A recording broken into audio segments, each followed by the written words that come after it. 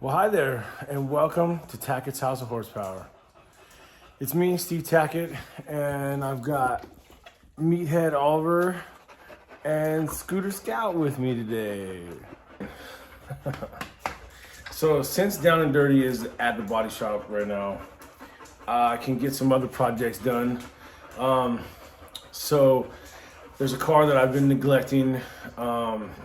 It's the wife's '69 Nova LS swap, and I built that car, I don't know, 5-6 years ago, and LS swapped it, and it's got a few issues we need to work out so that she can get back to driving it. So let's take a look at it today.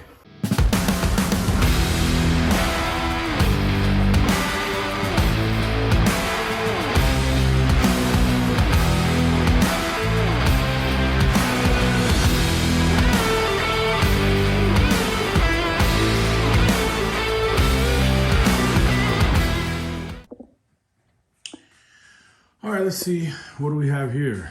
It is a, like I said, 1969 Chevy Nova, and I put this together. I actually started on it probably 7 years ago, and it's a plain Jane, very basic, simple model Chevy Nova.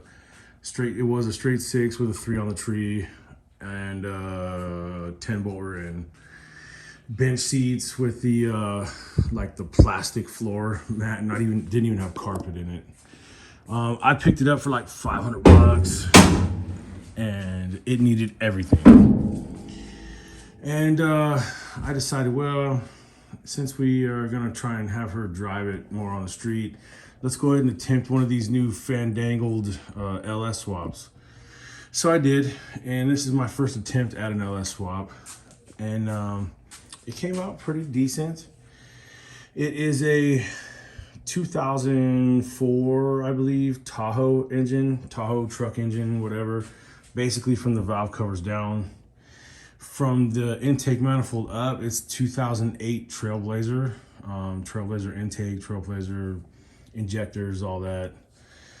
Phytech throttle body. Pretty stock 5.3. The block crank rods and pistons were very low miles, so I reused them. Heads were rebuilt, just a valve job and stuff. Changed the valve springs. The camshaft is, hold on, come over here and get it. Camshaft is comp cams.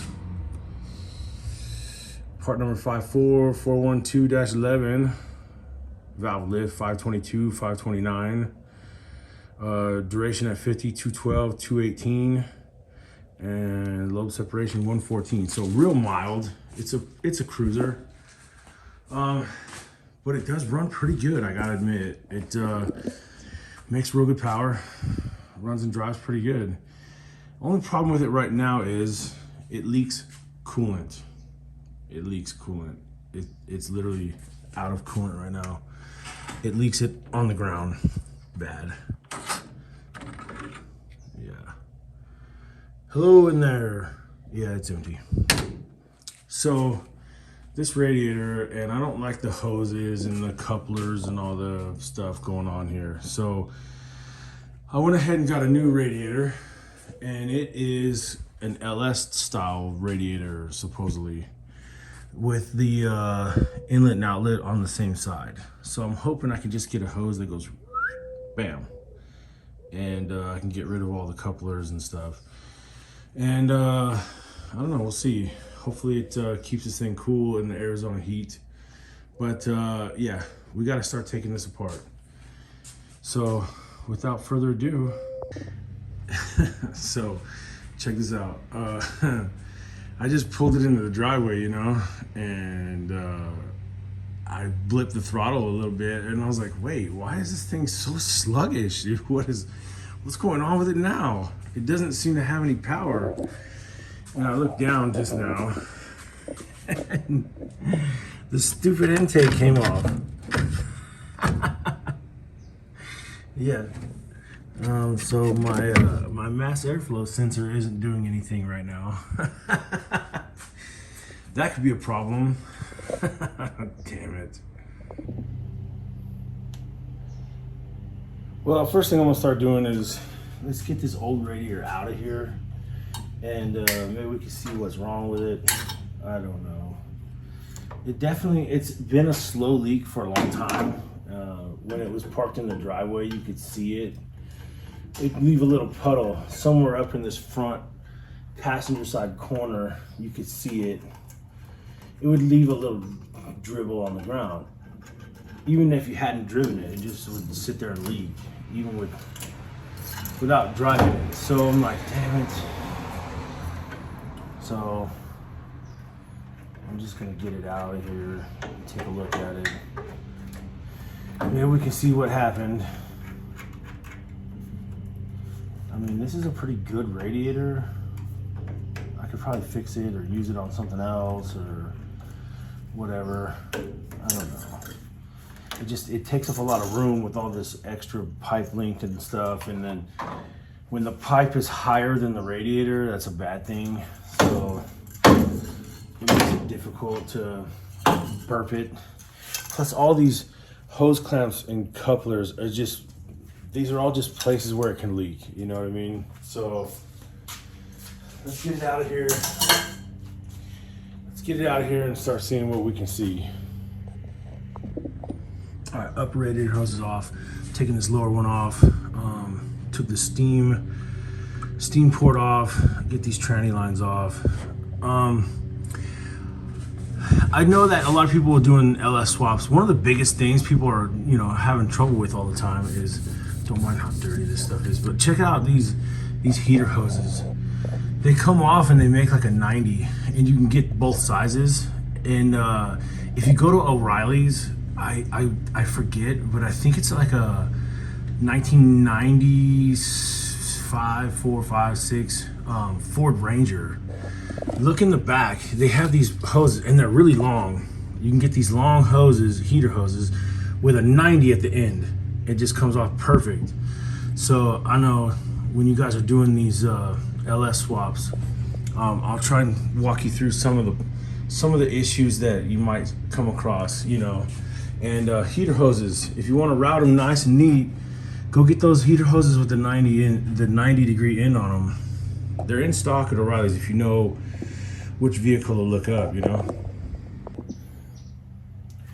I might as well finish removing my air intake since half of it came apart already.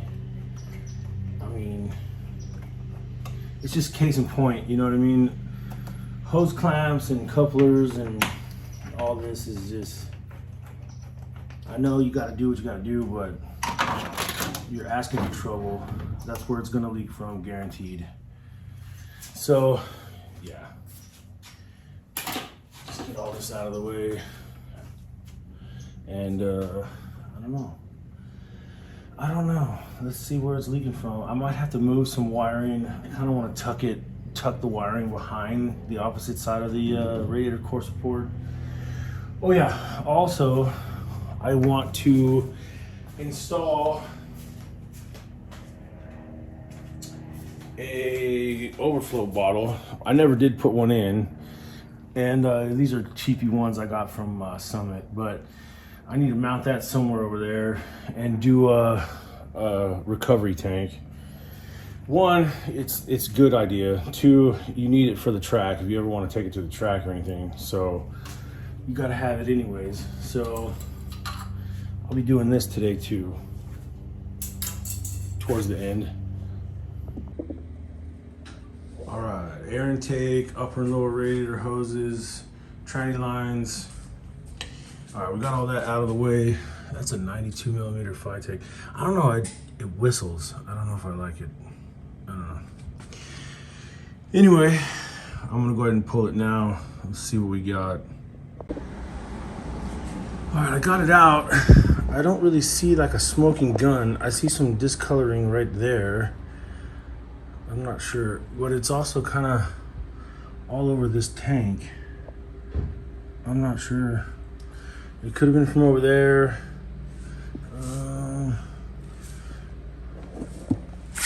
sure. Hold on. Flip it over. There was a spot right there. I don't know. Right here. Whatever it was a pretty small leak, but it also kind of discolored all over this tank too. Like maybe it was coming from there. But it was down, it had to be somewhere down low because it was leaking when it was just sitting. So I'm not sure. It could have been one of the couplers, possible. I checked them, they were tight though, so I don't know. Well, I don't really see a smoking gun, but we're gonna switch it all out anyway since I bought everything. So we're gonna continue on. Okay, the first thing I wanna do is I don't know why I didn't do this originally, but I don't like this wiring harness. It's kind of like laying against the radiator at the top up here. So what I want to do is disconnect the lights over here and see if I can route this guy behind there, up in the corner, and then come around and then tuck it in underneath this lip right here and go out the other side. So you can't see it. I don't want this flopping around or laying on the radiator. I like to hide it. I like to hide as much of the wiring as I can. So I don't know why I didn't do that originally. So I'm gonna do that first. All right, step one is done. Can't even see the wires now. Wiring is disappeared. Look at that. Like it never even happened. All right, so here's the new one. And it's a tiny bit smaller than the old one, it looks like. But I'm not too worried about it because this car never ran hot. Like never, even in the Arizona heat. So, well, hopefully this isn't a big deal. But the biggest difference is the upper and lower hoses are on the same side. And so you got your upper and lower hose connection there, you got your steam port there. And then right about here in the middle somewhere, there's a block off plate. So basically the coolant goes in the top and then it flows across the top, goes down and flows across the bottom, comes out. So it kind of passes through the radiator twice. So we'll see how it works. Hopefully it runs nice and cool. We'll find out here because it is the middle of summer. It is August in Phoenix. So this will be a good test. Once we put this in and get it going, we'll take it on a drive and we will see if it works or not. So tranny lines are over there, drain petcock valve there, upper and lower hoses there, steam port there. Pretty simple. Oh, it does come with a shroud and an electric fan, so we gotta hook that up. But anyways, let's get to it. All right, it kind of looks like that. It's in there. Now this radiator doesn't use the stock style bracket with the rubber hold downs. This one is actually physically bolted in, so you do have to drill a couple holes, 4 holes, and bolt it in. But there it is. Now I gotta figure out the fan and hoses and lengthen my tranny lines. Okay, I'm trying to figure out this hose situation, and I think what we're gonna try and do is I got a Gates 22625, and it looks to me like if I was to stick it on here and maybe cut it down, I could do something like that. If I cut it shorter, I don't know, I'm gonna try and make this work. Something like that. Anyways, the bottom hose is gonna be like a standard truck hose. It's not that big a deal. It's the upper hose that's a big deal. So we're gonna cut this one up and see what we can do with this, and lengthen the transmission lines. And I think I can put coolant in it and give it a try. All right, we're gonna do transmission lines. I like to use push lock fittings. I like them, they're easy. You don't get your hands all cut up trying to do that braided stuff. The only problem is you have to use Performance Rated Systems push light hose. You can't use hose from O'Reilly's, okay? Right where the barbs are, it will split the hose. And then you're on the side of the road and you're angry. So don't do that. Use the right hose for these fittings, okay? Remember that, write it down. All right, I'm about ready to put some coolant in it and check for leaks. I think we just about got it. And what I like to do is go ahead and take the top radiator hose back off and pour coolant straight down the upper radiator hose. Whenever the coolant system's empty, or you drained it, or you put a new radiator in it like I did today, or it's a new engine altogether, the block and heads are going to be empty, and you got to get that air out of there as much as you can. So because the thermostat is closed, you got to get as much as you can behind the thermostat.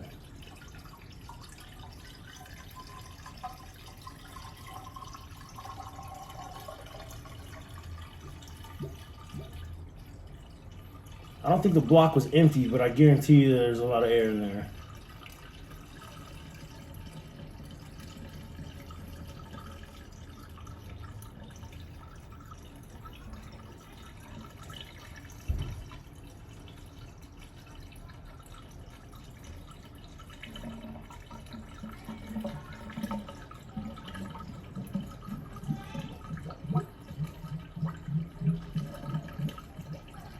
There we go.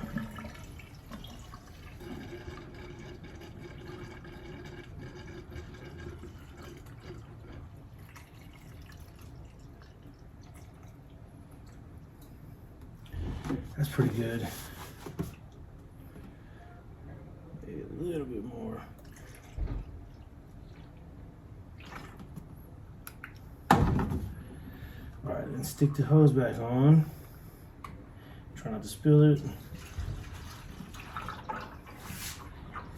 And then we'll go ahead and top it off the rest of the way, and then we'll fire it off. Almost forgot to put the air filter back on.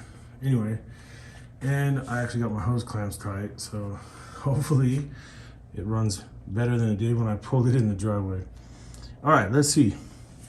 Let's go ahead and fire this thing off.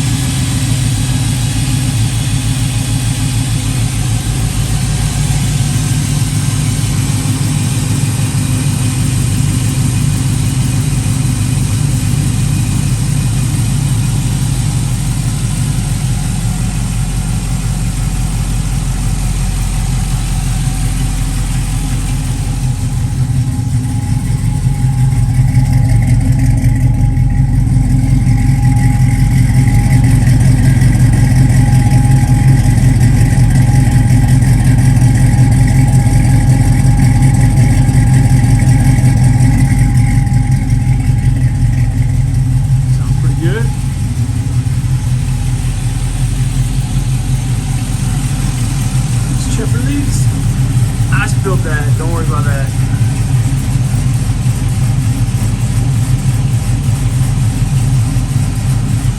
Looks good.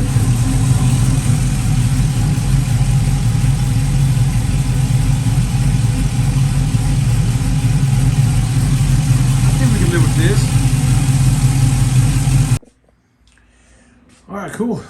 Let it run for a while, sit here idle. Made sure the thermostat opened, and I could feel the top hose and the bottom hose, and it was circulating no problem.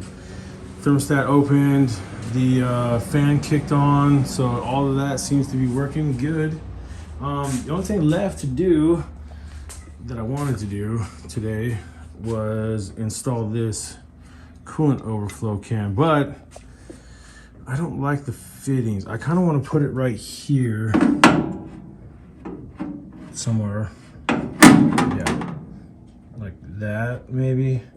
But the fittings are so close to the radiator. I need to either switch those out for like a 90 or flip it to the other side. I don't know. So I'm not crazy about these fittings. I'm gonna have to get different ones. But yeah, I need to put a overflow bottle on it. But anyway, I guess I should talk to you a little bit more about this car. This car, I bought it a while back from a friend of mine, like I said earlier, for like 500 bucks, and it needed everything. And so it was missing the engine and transmission and most of the wiring, and it had been in an accident and the front was pushed in a little bit. So all the front sheet metal had to be replaced, and radiator core support and hood, and of course all the bumper and all that chrome trim and all that. And for a long time it was just mismatched. All different panels was like all different colors and stuff. Hopefully I'll show you a picture of it in there. I'll stick one in. But we called it patches because it was like a Raggedy Ann doll. Like we called it patches because it was like all different colors. And I don't know, one day when Sarah was out of town, I took this car down to my paint guy, and I told him to paint it, and we put pink stripes on it. And not that, I'm trying to do this one-handed, there we go. It's not that Sarah's a girly girl or anything, and the pink stripes was her thing. She's really not a girly girl. But I guess the theme of the car was actually breast cancer. So we, I know the sticker's all faded now, but it needs to be replaced now. The sun has eaten it up. But I kind of surprised her. She didn't know. But I put this paint job on it and these pink stripes on it for her. It's kind of like a breast cancer theme for her mother, who passed away of cancer before I met her. So it was a long time ago when she was much younger before me. So that's kind of, we still call it patches even though it's been painted. But anyways, that's where the pink stripes came from. Not that Sarah's a girly girl, but it was for the breast cancer thing. So anyways, I'd like to maybe stick that catch can on there and button it up. I think that's about it. It is ridiculously hot out, and I've been out here pretty much all day and I'm dying. So let me get something to drink and figure out what I want to do. Maybe I can at least mount that thing where I want it, and then we'll worry about the fittings and stuff later. But I kind of want to take it on a test drive. So anyways, there we go, something like that. I just got to get I don't know, maybe put a 90-degree fitting down there on the bottom, and then run that hose up to there, bam, and that's it. We'll have a coolant overflow bottle, and that's the way I like to do it. It's got this one's kind of cool. It's got a little sight plug on the side of it. See that? So if you hook it up to the bottom, it'll spit it out when it's hot and then suck it back down when it's cooled off. So I like that. Should work pretty good. But anyways, that's our little 5.3 LS swap 69 Nova. And yeah, I I put 327 badges on it because that's the closest cubic inches to a 5.3. So there you have it. Anyways, I'm gonna take it on a test drive.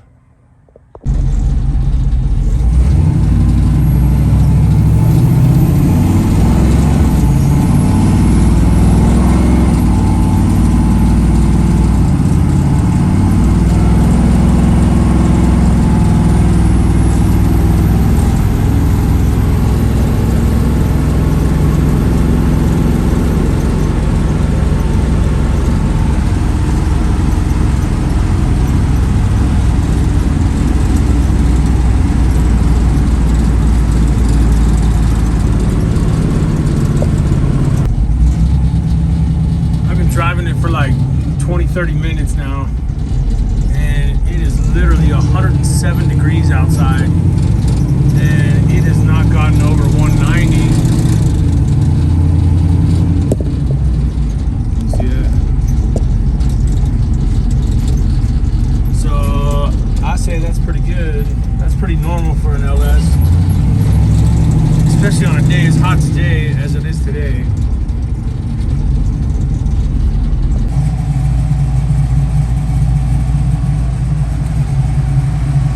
Fan's running, but nothing's leaking. I'd say that's a success. Well, there you go. See that? We play with LS swaps here at Tackett's House of Horsepower. Come on now.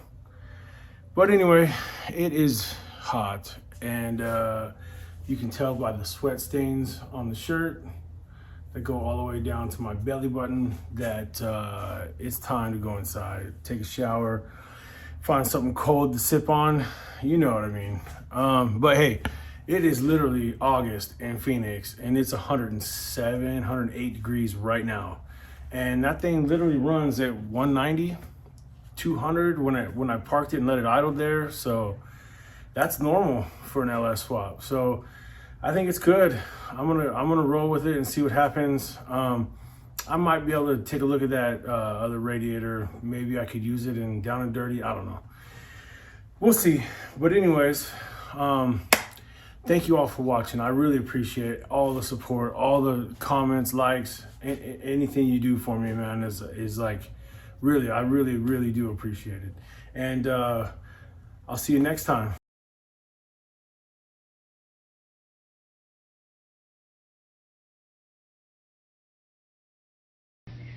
You do a lot of volunteer work that people don't know about, and no, when I go play. I don't have my phone on. You don't work on me. Jesse, on the other hand, I wanted to do something special for you, and I hope it's something that I think you're gonna like. Okay. So you wanna go see it? Yeah, maybe. Maybe. All right, come on, but you gotta. When you cut outside, you gotta cover your eyes. Can I cover my eyes?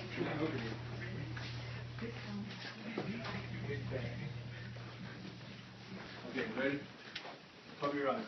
And don't you dare pick up. Well, how am I supposed to see? Just step. Step down. If you peek, I'll punch you in the throat. With love. So nice. With love. Ready? Mm-hmm. Open your eyes. The green car! Yeah! I got you that. You got me this? Yeah. For what? No, here's the keys. Really, babe? I don't know.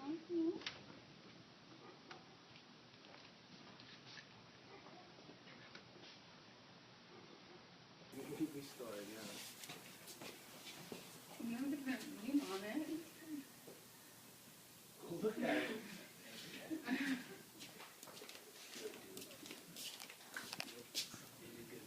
How did I not know about this? We wondered the same thing. Kept it.